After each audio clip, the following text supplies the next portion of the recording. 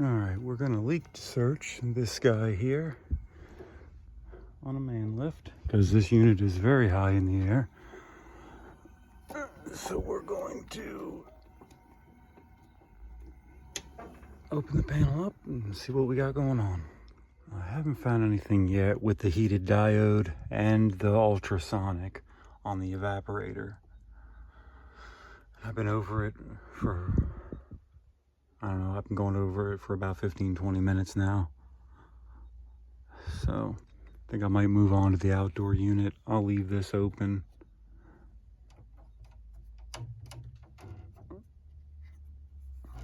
Just don't see anything leaking on this so far.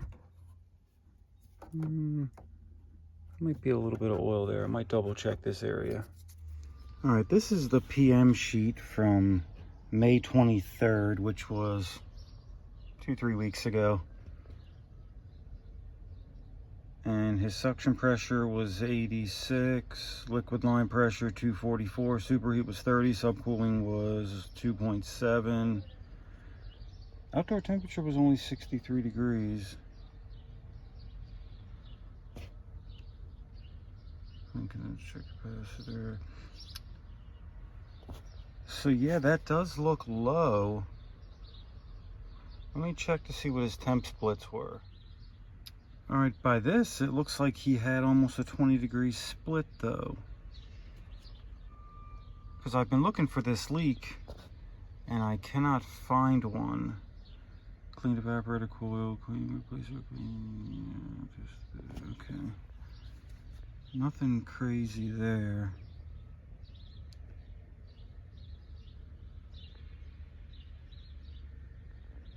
So let me go back to our equipment here, which is right here. And then we can scroll down here and go to our PM sheets. So we'll open that back up. It doesn't say, he didn't even list on here that it was low on charge. Let's go back and check from January 23rd.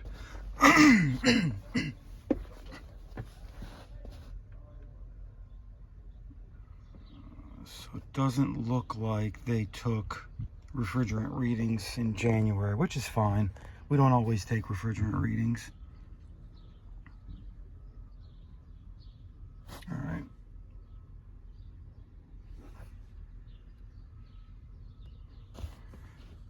But that looks like it's low, but not that low.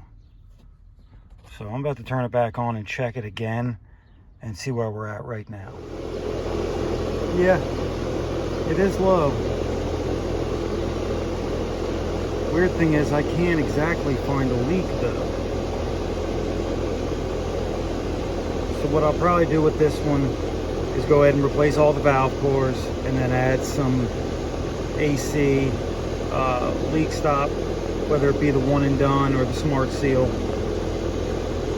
and top off the charge. Probably how we're going to approach this one. You guys remember the video from the other week, that Goodman unit that lost all its charge down there. We are trying to get them to approve a replacement coil for that one, and then repair this one also. The reason why I didn't do this one at the same time was because we needed a man lift to get up to leak search the air handler, and I did not have a man lift on site. So we're going to quote all three of these at the same time and get them to approve it. So, I mean, I've been over the whole thing. Can't find a leak anywhere. And where it's probably only, I'd say 2 or 3 pounds low, I'd say she's a good candidate for stop leak. All right, I'm about to button this one up. Yeah, she's a 4-ton unit. Holds 8 pounds, 10 ounces of holding charge. Realistically, it probably has closer to 10 pounds in it, with the line set going at 7/8 line set. probably realistically has about 9.5, 10 pounds in it. So it's probably really only maybe 2 pounds low. So not really that low. And if it hasn't had a leak since 2011, if this is the first time it's had refrigerant issues, that's not that bad. All right, guys, we're actually headed back over to the nail salon now. They're saying both air conditioners are down. That was the one where, not this past Friday, but the Friday before, the condenser motor wires had dropped down and the fan blade had chopped into one of the wires and tripped the breaker. And it also had that burnt up low ambient control that had been bypassed. So nothing has been done with that because that was bypassed, and I think we were going to wait on that. I'm not sure what the deal is, why we haven't been back there yet, but now they're saying both systems are down. So the new one and the one I worked on apparently are both down. So let's go take a look. All right, neither one is running. So let's get the panel off and see what's going on. All right, this is the new one. We have a heartbeat, which usually means standby. Let's check and see if we got voltage. All right, we have no voltage between common and Y. No voltage between common and G, but we do have voltage between common and R, even though the transformer isn't tapped properly. We don't have a call. I have not been down to the thermostat yet. I just came right up here to see what was going on. So either the thermostat's off or it's bad, which it's probably off, because if it was on, chances are the fan would at least be running. So let's check this one over here. The goofy one that's got the frickin' disconnect right at the panel here. All right, I have no power between common and Y on this one either. So before I go down and turn the thermostats on, I can only assume they realized the air conditioning wasn't working and then cut them off. I'm gonna go ahead and jump them out, see what happens. All right, this one came on immediately as soon as I jumped G and Y out. I'm gonna jump out the other one too.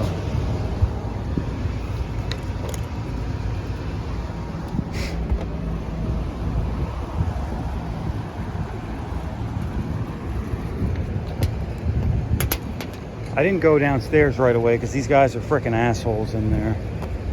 Now, I mean, for good reason if their air conditioning broke twice in 2 weeks, but I think they're kind of assholes for no reason. All right, let's jump this one out. This one came right on too.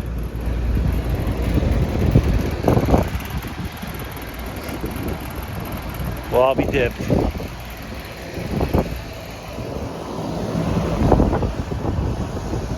Take some temperatures and stuff before we go down. This is crazy.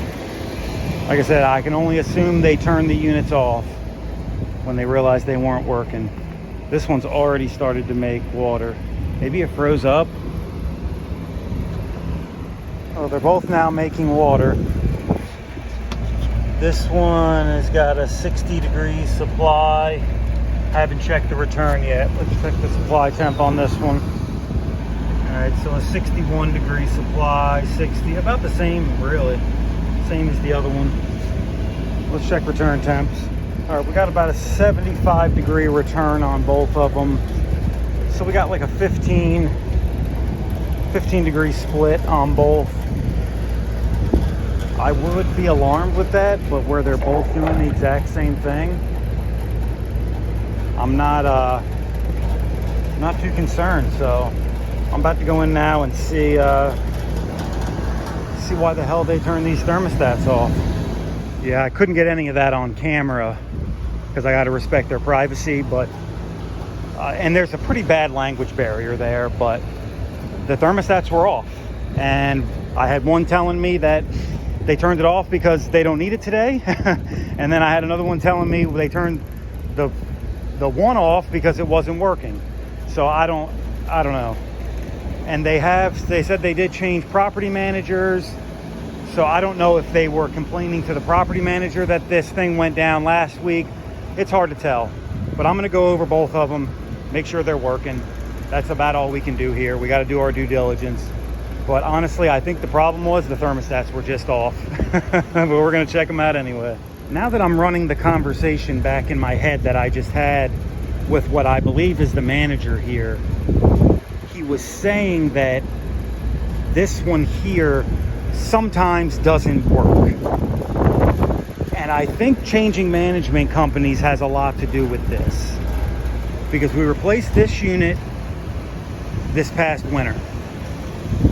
I think he is bitching to the new management company about this unit to try to get a new one. That's kind of what I'm suspecting now that I've thought about this a little while. It doesn't need to be replaced properly, but I'm not going to go to a management company and tell them a unit's not working when it is. I will recommend it be replaced because due to age, but I'm not going to let them say the air conditioning was down just because they had the thermostat off. Especially after we just worked on it. Myself, I just worked on it a week and a half ago. I'm not going to let them make me look bad like that. I look bad at a whole bunch of other stuff, but I'm not going to look bad on this. All right, but yeah, that's how I'm going to write it up. I mean, I will write it up to recommend replacing this unit because it's what?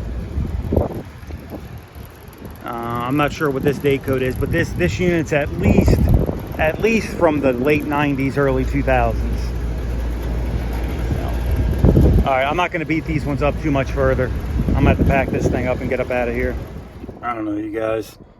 They had the thermostats off. They're not going to work with the thermostats off, so I don't know what to tell them. And they still got the doors open. I told them to shut the doors. They still got them open, so best I can do is tell the property manager that the thermostats were off. I turned them on, checked them out due to the language barrier. I don't know if they turned them off knowingly or if they were off without their knowledge. I just don't know. But I turned them both on. They're both working. And I wrote in my invoice that due to the aging condition of the older unit, it's recommended it be replaced. So it's the best I can do. So let's go on to the next one. All right, my last call, I couldn't get a whole lot of footage on. This one's just a maintenance. Maybe I'll get a couple shots of this. Haven't been able to get a whole lot today. But we're gonna open this one up and like I said, just do a maintenance on it. We'll go over everything, clean up everything, and then fire it up. So it seems Trains found the absolute dumbest place to put a capacitor, which is right here. So let's go ahead and test that. I've already got the wires off of it. I'm getting barked at by multiple dogs.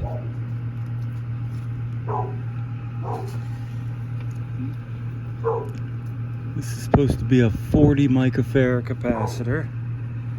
Got 38.19, a little bit weak. Let's go from common to fan. 4.8, not as bad.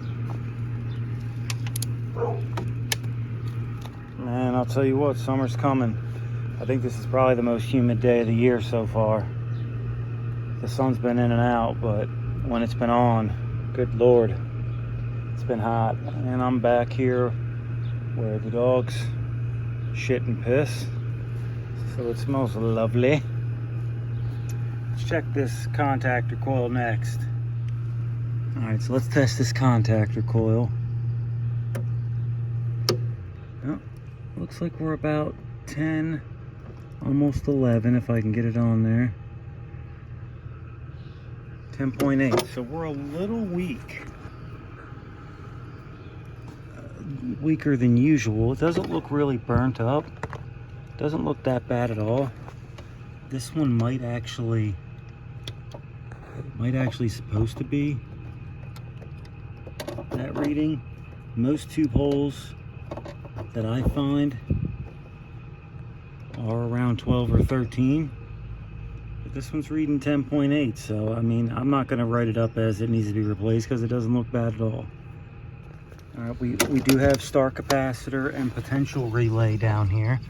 And with these, they have a resistor that connects both sides. And if you go to test the capacitance of that, you won't get a reading. You actually have to cut that resistor out of there to test it.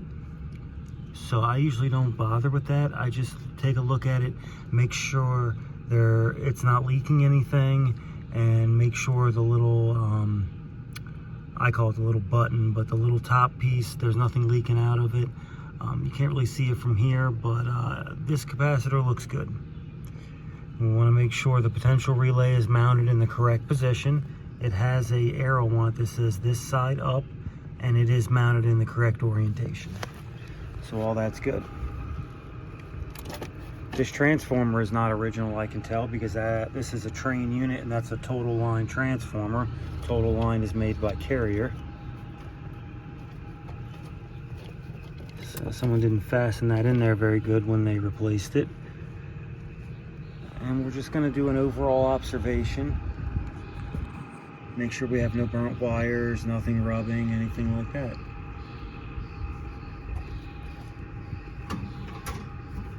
This is where our heater pack is. We have another contactor in here that is actually a lot more worn than our compressor contactor. Reason being, a lot more amp draw flows through this contactor when the electric heater pack is running. So we are here to test the air conditioning portion, but I will write that contactor up that it is showing signs of burning and it should be replaced. All right, let's slip down here to the compressor compartment.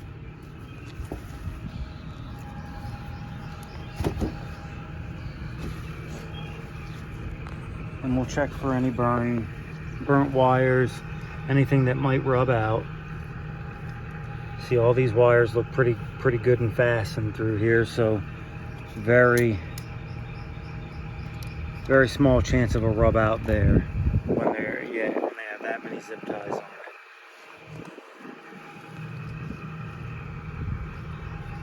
Rotolocks look good. Doesn't seem like there's any refrigerant or any oil leaking out of there.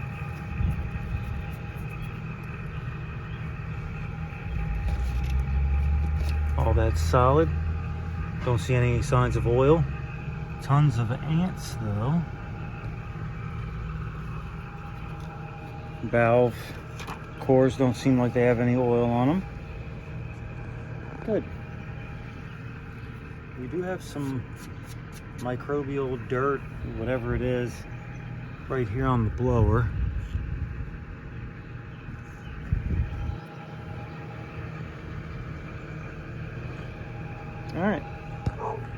All right, this unit is short cycling. I'm not sure if it's on low pressure or not, so I'm about to go put the gauges on. All right, it's definitely on low pressure because we got 44 PSI.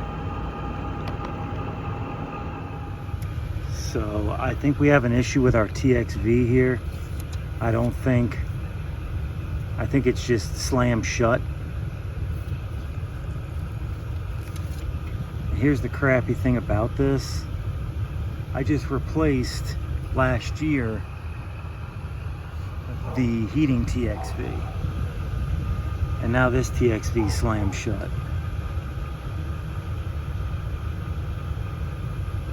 This looks like an adjustable one, but I can't get back there to it. There's no way I could get a wrench on that. Yeah, I mean, we're slammed all the way shut. I'm gonna pull the one of the wires off the reversing valve.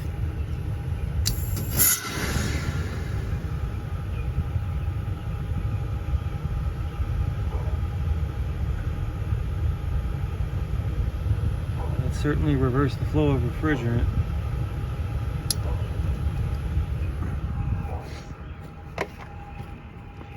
Let's jump this back out now.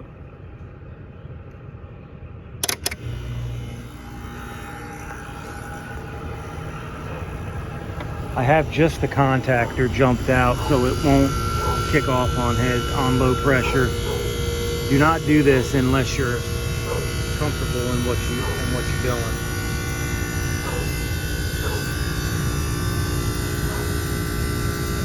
Pull it back down into the vacuum again. Pull it again. See if I can free up that TXV.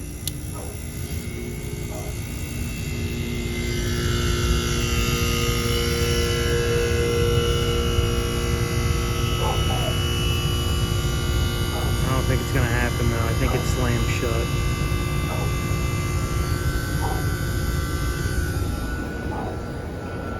Freaking dog is just non-stop barking. Get over it, for Christ's sake.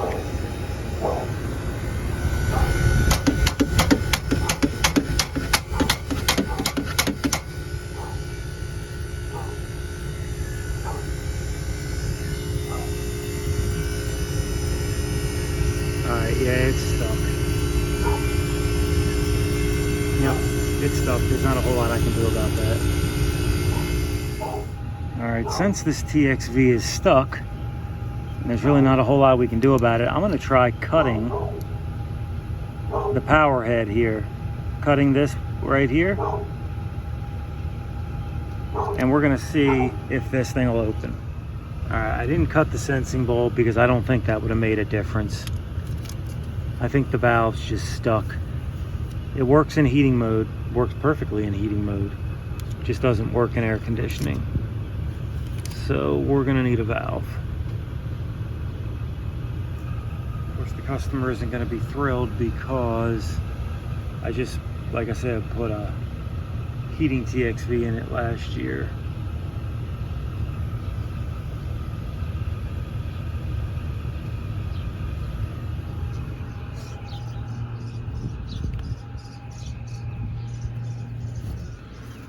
See how old this thing is.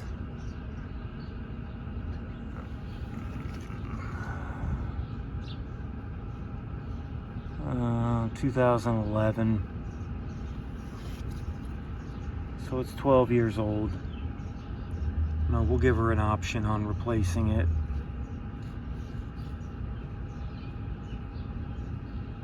Alright, I got her button back up. We'll give her two options. We'll give her an option to replace the TXV, and then we'll give her an option on replacing the unit. I honestly think there's more wrong than just the TXV now. I think there's contaminants in the system. I think there's stuff coming apart inside there, and it's clogging up TXVs. So we'll see what she says. All right, what's weird about this call here is that the homeowner's son is here. The actual homeowner's not here. What is this on me? The homeowner's son is here, and I said, you know, I'm going to work some stuff up and I'm going to give your mom a buzz. They didn't even know the unit was down. So I kind of find that hard to believe, although they might not have ran the air conditioning that much. I don't know. It is an older house.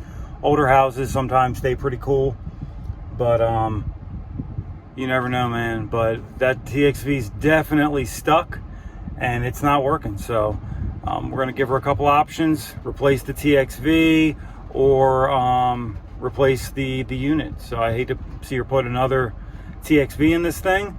Hopefully they go ahead and replace the unit. So, all right, guys. Well, really not a very eventful day on film.